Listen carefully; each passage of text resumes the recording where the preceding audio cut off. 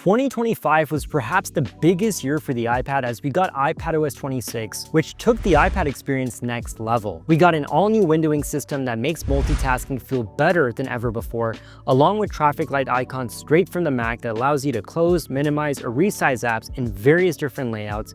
And we also got an all-new menu bar, which allows us to easily access controls and shortcuts. And these features, along with many others that were released throughout the year, really did take the experience of iPad that we really love and made it even better. And I'm not gonna lie, not in a million years did I ever expect to see those, red, green, and yellow buttons that are so synonymous with macOS and see them on iPadOS. Same thing with the menu bar, right? We're so used to that on a Mac, and now to see that on an iPad is something extraordinary. And don't even get me started with that new app windowing management system, because that is something that all of us iPad lovers have always wanted to see, and we finally have it. So I feel like Apple has really been listening to their customers and has actually brought things from the Mac to the iPad. The iPad and the Mac are two different operating systems, and they're meant to be two different operating systems, right? I don't want them to merge, and Apple has no intention of merging them, right? They've said this over and over again. But like Craig Federighi had said earlier this year, it is totally fine to borrow things from each operating system. If it advances it, it makes the experience better, like they did with iPadOS, right? They took things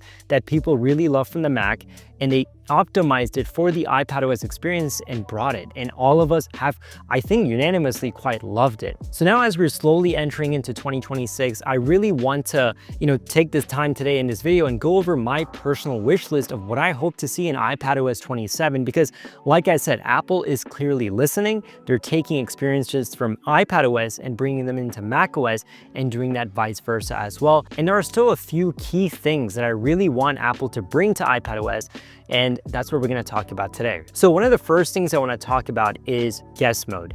And whenever I've said this in the past, people have immediately thought about me talking about true multi-user support.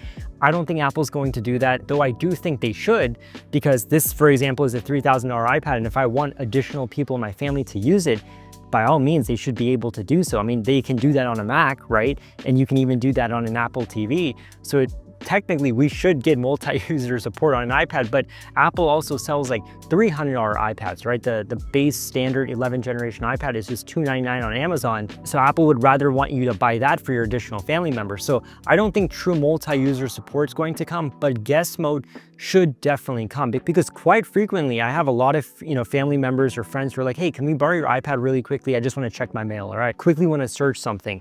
Sometimes I feel a little hesitant to give them my iPad, not because there's something on here that I don't want them to see, but it's more about the fact that I have so many files and documents that I don't want accidentally deleted or messed with at all, right? And I'm not gonna lie, sometimes I'm even reviewing products that, are under an embargo and I don't want people seeing it, right? So, but right now, if I kind of have to trust them, give them my iPad, and I'm just kind of like peeking and making sure they're not doing something they're not supposed to.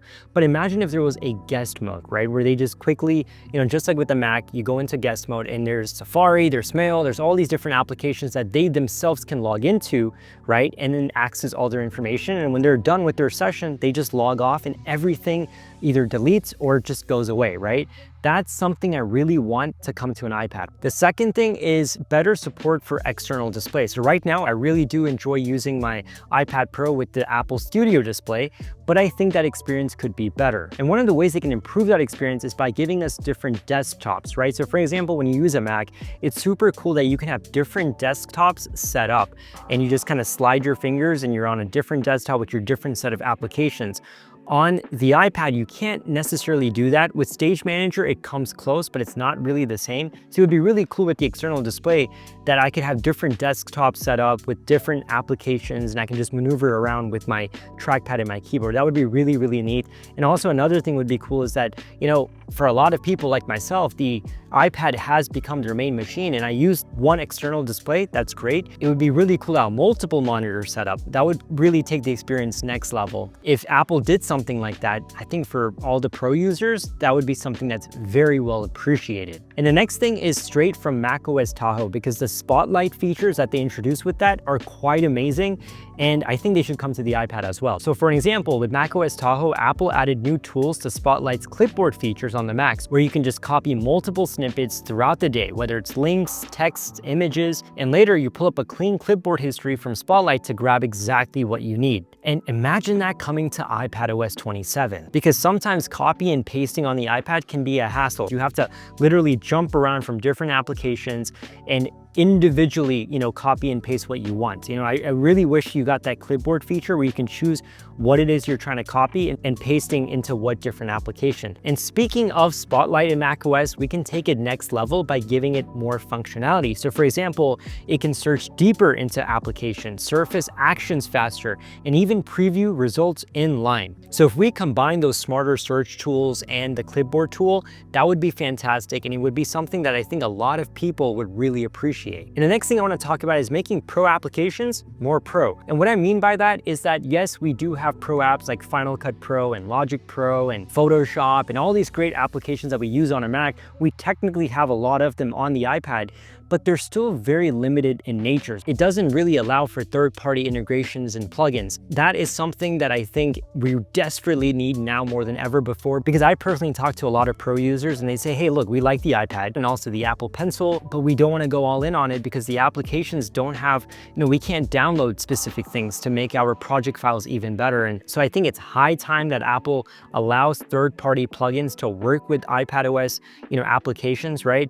If you're using Final Cut, why can't we have the same experience of that on a Mac, right? It kind of hurts that these applications sometimes feel like a light version of those pro applications, yet they're being labeled as pro. So I really want plugin support and taking full advantage of these applications, because the hardware is great. We've got these great M4, M5 chips on these iPads, same that are on a Mac. So why can't we use the same applications? Right? I'm not saying Apple literally just takes those apps and just ports them over, make them touch optimized, make them Apple Pencil optimized, do what you have to do to optimize it for iPadOS, but give us the same functionality. And finally, the last thing on my list is clamshell mode. If you've ever used a MacBook with an external display, then you know how nice it is to just close the lid and keep working. Now imagine that with an iPad where you just dock it into your monitor and then you can just close the lid, put it aside, and maybe use a different keyboard and trackpad of your choice.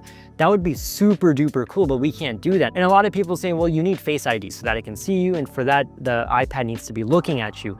But to be honest, on a Mac, right, you have Touch ID on that, and yet you put that aside. So I don't see that logic, because if you can put a Mac aside with Touch ID, you can put your iPad aside, right, with Face ID. And at the end of the day, when it locks, you can still put in your 4-digit, 6-digit code to enter into it. So I don't really see that argument of, oh, you need Face ID. You don't, you really don't. I just don't want to take up the space sometimes of my iPad in my workspace when I can really just put it aside and have a cleaner layout. But at the end of the day, iPadOS has become very, very powerful over the past few years. And I think this year specifically, with the introduction of iPadOS 26, it's been fantastic. And I'm super excited with what the future holds of iPadOS 27 specifically. And everything I just went through is just what's on my wish list, right?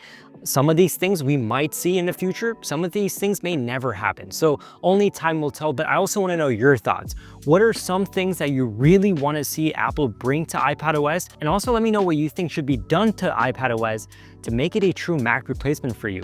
So whatever thoughts you have, whatever questions you have, leave them down in the comment section below. Subscribe to my channel if you haven't already done so, and I'll catch you in the next one.